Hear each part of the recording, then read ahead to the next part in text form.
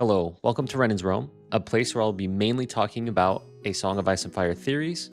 While I plan on making a ton of crazy theory videos that will blow your mind and show you that everything you know about A Song of Ice and Fire is completely wrong, I first wanted to make a small theory video until I get more comfortable making more long-form content. In today's video, I will uncover the veil, get it, about the truth of House Arryn.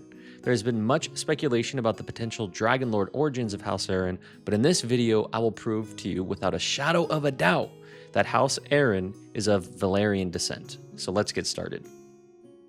First, let's start with the originator of House Arryn, the legendary figure known as Arrys Arryn.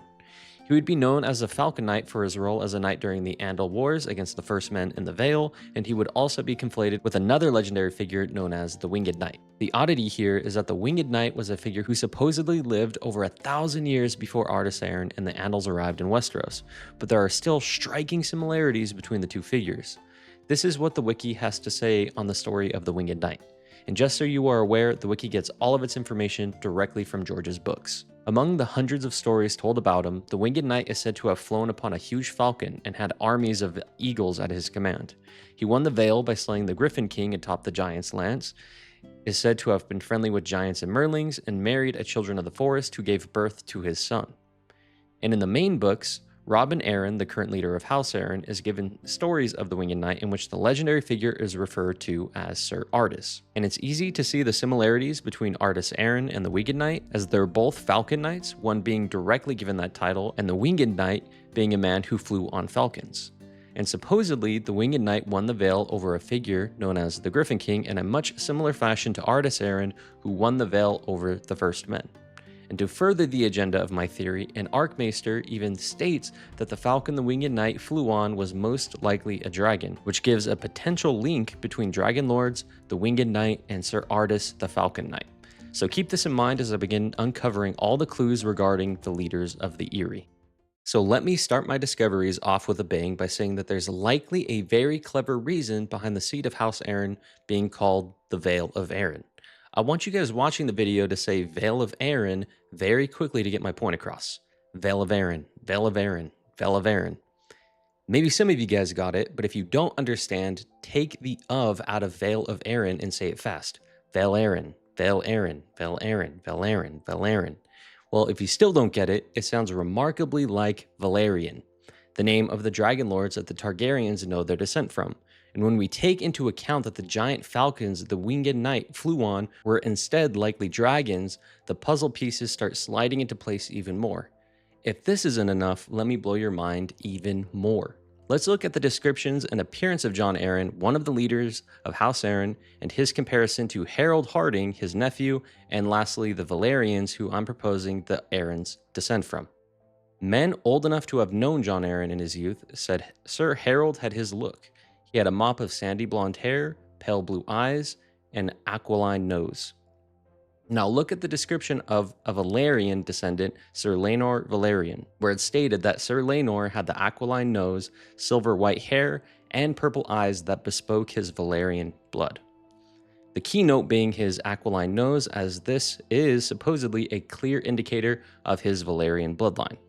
And lastly, let's look at the appearance of some Targaryens who are stated to have pale skin, silver, platinum, or gold hair, and eyes in various shades of purple or light blue. Well, some of the descendants of House Arryn, one being Jon Arryn, have the same traits as Valyrians and/or Targaryens.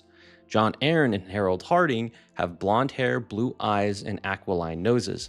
And I know that the sandy blonde hair of the Arryns isn't really gold as depicted in some Targaryens, but it's close enough considering how over long periods of time, the Arryns would lose the strength of their genetics. The Targaryens practice interbreeding with family members to keep their bloodline pure, but this is not the case for House Arryn, so some of that supposed purity is going to be gone over a long stretch of time. You can also think of the Dragon Lords as fantasy Nazis, as House Arryn and the endings of the names Targaryen and Valyrian are a nod to the heinous idea of a supposed master race of humans called the Aryans that have pale skin, blonde hair, and blue eyes. And as a quick note, George pronounces the word Valyrian just like that, not Valyrian like many people pronounce it. The Targaryens are of Valyrian descent, and the freehold of Valyria was the superpower of my world for hundreds of years. According to Wikipedia, Nazi racial theories considered the purest stock of Aryans as the Nordic people identified by physical anthropological features such as tallness, white skin, blue eyes, and blonde hair. And we even find this idea of purest stock in the history of Arryn Arryn, where it's stated that Sir Arryn was of pure Andal blood in the World of Ice and Fire book, a clear callback to the idea of genetic purity.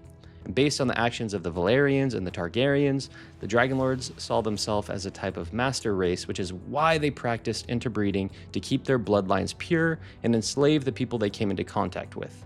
It's really easy to see that George is painting the Dragonlords to be the bad guys.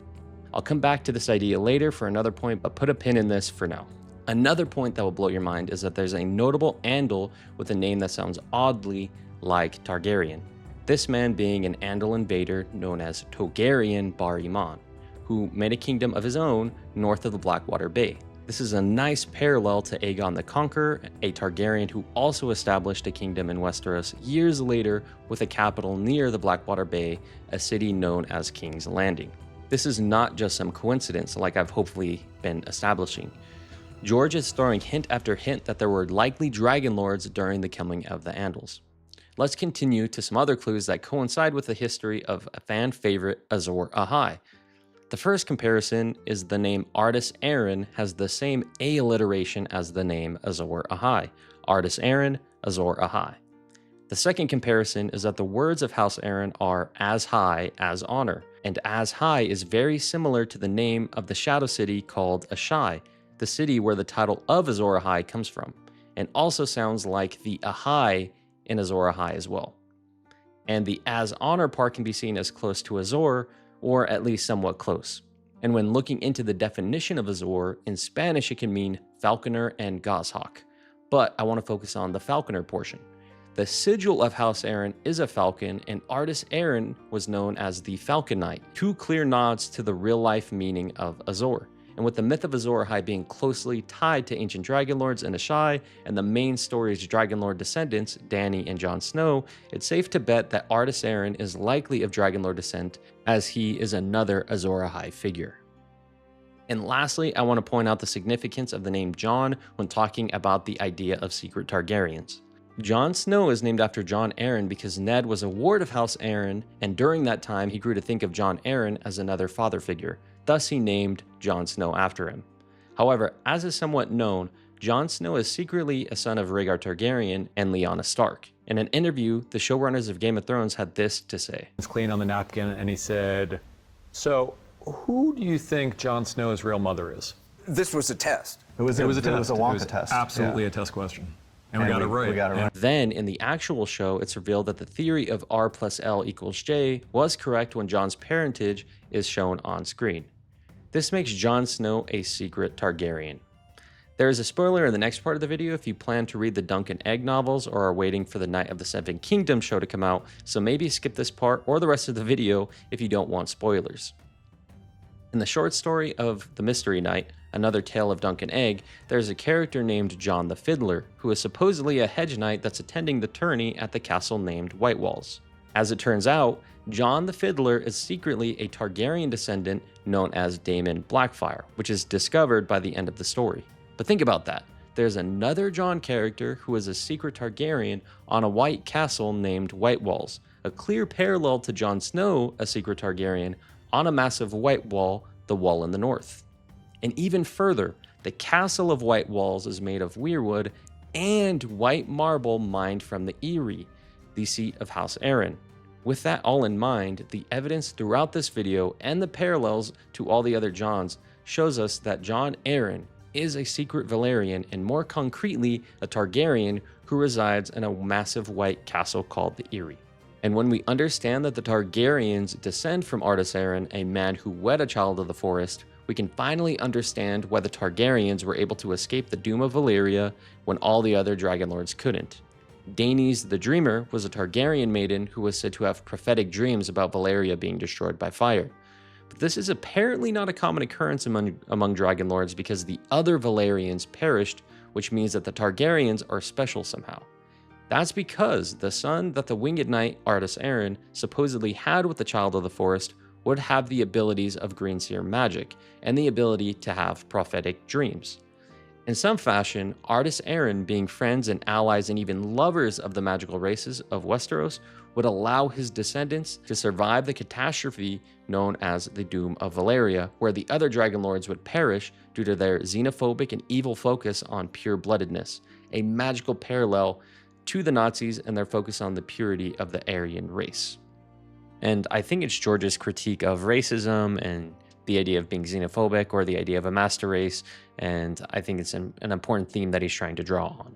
And I know this video puts a big wrench in the storyline of Westeros, but I will hopefully find enough time to explain how all of the histories work together. As of right now, I'll say that the Andals and their religion, the Faith of the Seven, are known for book burning, and it's not too far of a stretch to assume that they rewrote history. When you consider the fact that the first men were using runes and had no real written language compared to the Andals who had already mastered written history, it's easy to see that the Andal invaders who usurped the first men leaders were able to rewrite history how they saw fit. With this in mind, the Dragonlords that came during this time were likely written out of history to give the Andals more legitimacy to their claim to power. Well guys, I think that covers everything, and I hope I convinced you on the Dragonlord lineage of House Arryn. This was a fun video to make, and I plan to make more videos because some of my theories will blow your minds even more than this video probably did. If you enjoyed the video, please like and subscribe, and I'll be trying to update more videos in the future when I find time. And I also have a gaming YouTube channel and a Twitch account where I post high-level Deadlock gameplay if you're interested in that, which I will post the links for in the description below. But anyways, guys, thank you so much for watching. Renon is out.